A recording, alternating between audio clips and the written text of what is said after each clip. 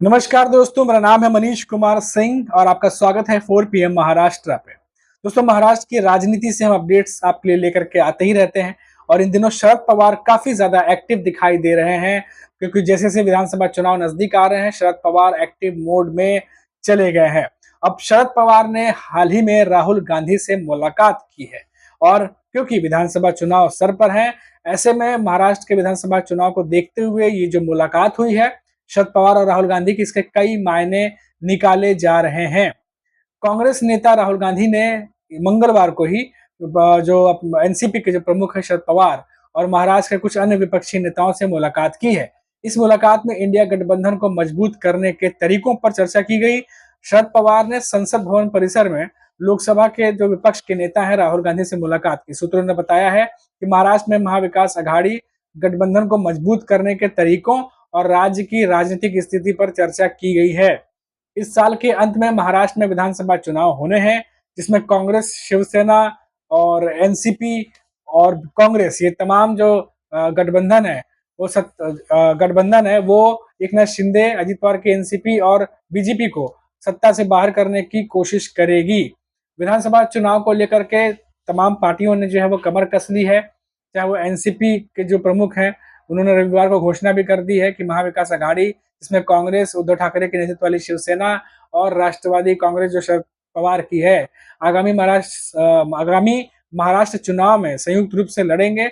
उन्होंने जोर दिया कि विपक्षी गठबंधन जो है वो, शरद पवार ने यह भी बताया कि जो विपक्षी गठबंधन को राजनीतिक बदलाव लाने के लिए एकजुट मोर्चा बनाना चाहिए। शरद पवार ने यह भी बताया कि सीट बंटवारे पर बातचीत जल्द शुरू होगी। जो नेता हैं, सारे के सारे दिग्गज नेता, वो साथ में बैठेंगे और सीट बंटवारे को लेकर के कुछ निष्कर्ष निकालेंगे। पुणे में एक सभा को संबोधित करते हुए पवार ने 2024 के लोकसभा चुनाव के दौरान विपक्षी गठबंधन का हिस्सा रहे छोटे सहयोगियों के हितों की रक्षा के महत्व पर भी जोर दिया है। शरद पवार ने वामपंथी दलों और किसानों और कामगार पार्टी का जिक्र कर रहे थे, जिन्हें आम चुनाव के समय सीट बंटवारे की प्रक्रिया में शामिल नहीं किया जा सका। संसदीय चुनाव में एमवीए के उल्लेखनीय प्रदर्शन, जो भी जिस तरह प्रदर्शन रहा है, उससे उत्साहित हैं शरद पवार और कहा है कि गठबंधन की नजर इस साल अक्टूबर में होने वाले विधानसभा चुनाव जीतने पर है। बता दें कि लोकसभा में मिली जीत के बाद से ही महाविकास अघाड़ी के हौसले बुलंद हैं और एमवीए का पूरा फोकस अब आगामी विधानसभा चुनाव पर है। लेकिन उसी बीच एक और जो मीटिंग अब 3 से 4 दिन पहले शरद पवार ने पुणे में एक मीटिंग की है, काफी बड़ी मीटिंग की है। वहां भी कई सारी बातें कही हैं, जैसे अर्जुन का एग्जाम्पल देते हुए कहा कि जैसे अर्जुन देख रहा था मछली की आंख, वैसे ही हम देख रहे हैं महाराष्ट्र विधानसभा चुनाव।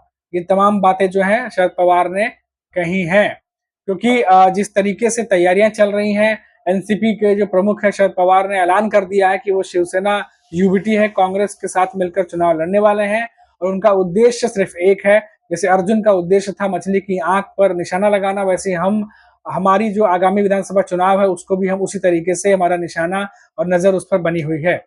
दरअसल जो शरद पवार हैं वो शनिवार को पुणे में पिंपरी चिंचवट जो कॉर्पोरेट मीटिंग है उसको संबोधित कर रहे थे, जहां उन्होंने कहा कि पार्टी में हर रोज नए नए लोग आ रहे हैं, हम नए लोगों का पार्टी में स्वागत कर रहे हैं, नई पीढ़ी के कार्यकर्ताओं को प्रोत्साहित करने का प्रयास हम करते रहेंगे। उन्होंने आगामी चुनाव जो है विधानसभा चुनाव को लेकर कहा कि हमारा फोकस एक ही है और जैसे अर्जुन का जो निशाना मछली की आंख था, वैसे हमारा निशाना जो है वो विधानसभा चुनाव है। हम उद्धव ठाकरे और कांग्रेस के साथ मिलकर चुनाव लड़ेंगे। सीट बंटवारे पर भी हम सब लोग जल्द चर्चा करेंगे और हमारे पास 3 महीने हैं। और साथ ही साथ जो है उन्होंने एमबीए के जो लोकसभा चुनाव में जो जीत हासिल की है उस पर कहा कि हाल ही में संपन्न हुए लोकसभा चुनाव में महाविकास अघाड़ी ने महाराष्ट्र की 48 लोकसभा सीटों में से 30 सीटों पर जीत हासिल की है, जिससे कांग्रेस ने सबसे ज्यादा 13, शिवसेना ने 9 और एनसीपी ने 8 सीटें जीती हैं। वहीं इसके इतर महायुति 17 सीटों पर जीत हासिल की है, जबकि एक सीट पर एक निर्दलीय प्रत्याशी ने जीत हासिल की है। ये तमाम जानकारी देते हुए भी जो है वो दिखाई दिए हैं शरद पवार। और इन सब के बीच जो और एक बड़ी खबर है वो ये खबर है जो हैपनिंग चल रही है कि 2022 में जो विधान परिषद, जो महाराष्ट्र विधान परिषद के चुनाव थे उसमें क्रॉस वोटिंग से हार गए थे, लेकिन अब जो है उद्धव ठाकरे और शरद पवार जो है ऐसा लग रहा है कि इस बार के महाराष्ट्र विधानसभा परिषद चुनाव में बदला लेने की तैयारी कर रहे हैं।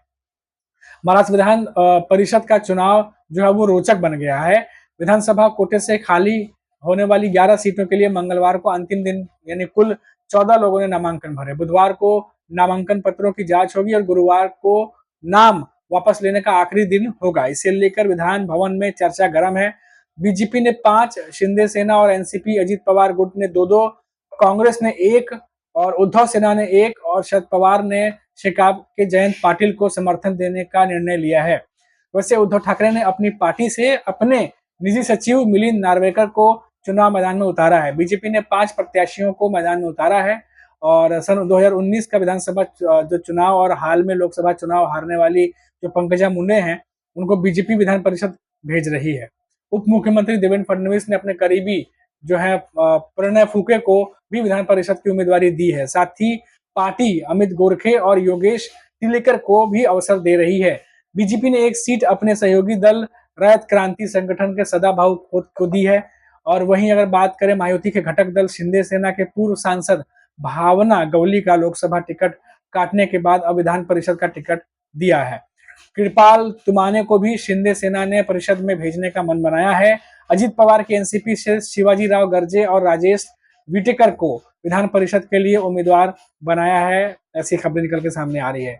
एमवीए ने 2 और शेकाप को समर्थन दिया। महाविकास अघाड़ी एमवीए गठबंधन जो है उसे घटक दल कांग्रेस ने वर्तमान सदस्य प्रज्ञा सातव को फिर से विधान परिषद के चुनाव में उतारा है। तो उद्धव ठाकरे ने अपनी पार्टी की ओर से अपने निजी सचिव मिलिंद नार्वेकर को ही यह अवसर दे दिया है।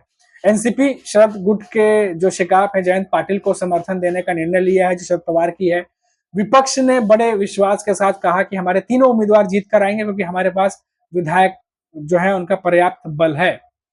वहीं महायुति का पलड़ा जो है इस बार भारी नहीं लग रहा है, क्योंकि जिस तरीके से लोकसभा चुनाव में रिजल्ट आए हैं और जिस तरीके से माहौल बना हुआ है महाराष्ट्र में, कहीं ना कहीं जो नेता है जमीन लेवल पर उनका कॉन्फिडेंस भी जो है वो आगे पीछे हिला हुआ नजर आ रहा है।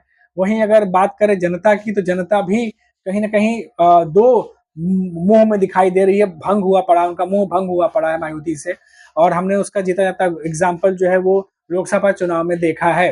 तो इसके बाद चाहे वो एमएलसी चुनाव हो, विधान परिषद वाले चुनाव हो और विधानसभा के चुनाव हो, तमाम चुनावों में महायुति जो है उनको बहुत ज्यादा कोशिश करनी पड़ेगी, क्योंकि महाराष्ट्र में जिस तरीके से हमने आपको शुरुआत के वीडियो की शुरुआत में बताया कि शरद पवार जिस तरीके से घेराबंदी कर रहे हैं, उनकी मीटिंग्स जो हैं वो इन दिनों बहुत सार्थक तरीके से आगे बढ़ती चली जा रही हैं। और हाल ही में जिस तरीके से उन्होंने राहुल गांधी के साथ मीटिंग की है, और मैं आपको बता दूं कि कुछ दिन पहले ही शरद पवार ने अभी राहुल गांधी से मुलाकात की है।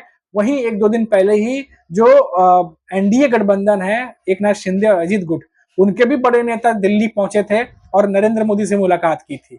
यानी दोनों ही केंद्र में तो लोकसभा में तो खींचतान चली रही है, वहां पर लगातार जुबानी जंग छिड़ी हुई है, लेकिन साथ ही साथ केंद्र के जो बड़े नेता हैं उनकी नजर महाराष्ट्र के विधानसभा चुनाव पर भी है। और इसीलिए यहाँ के जो दिग्गज नेता हैं उनके साथ में उनकी लगातार मीटिंग चल रही है, क्योंकि उन्हें पता है कि लोकसभा चुनाव के बाद पहला विधानसभा चुनाव जो महाराष्ट्र में होने वाला है वो कितना ज्यादा इंपॉर्टेंट रखता है। उसके बाद आने वाले, चाहे वो हरियाणा की बात कर लें या बाकी राज्यों की बात कर लें, जहां जहां चुनाव होने बाकी है वहां पर कितना ज्यादा इंपॉर्टेंट रखता है महाराष्ट्र का ये विधानसभा चुनाव, ये सभी समझ रहे हैं। और इसी को देखते हुए तमाम तैयारियां की जा रही हैं और कमर कसा जा रहा है कि कैसे भी करके इस बार विधानसभा चुनाव में जो है महायुति जो है वो जीत करके आए। और वहीं दूसरी तरफ एमवीए गठबंधन जो है इस बार ये मौका हाथ से जाने नहीं देना चाह रही। तो कुल मिलाकर ये कहा जा सकता है कि इस बार चुनाव काफी रोचक होने वाला है, क्योंकि विधानसभा चुनाव में सिर्फ क्षेत्रीय पार्टियां ही नहीं बल्कि जो दिल्ली की जो बड़ी पार्टियां हैं, चाहे वो बीजेपी हो या कांग्रेस हो, सब अपना दमखम झोंकते हुए जो है वो नजर आएंगे। तो अभी के लिए फिलहाल इतना ही, फिर लौटेंगे तो बात करेंगे महाराष्ट्र के किसी बड़ी खबर पर। तब तक के लिए आप देखते रहिए 4 PM महाराष्ट्र और मुझे दीजिए इजाजत। नमस्कार।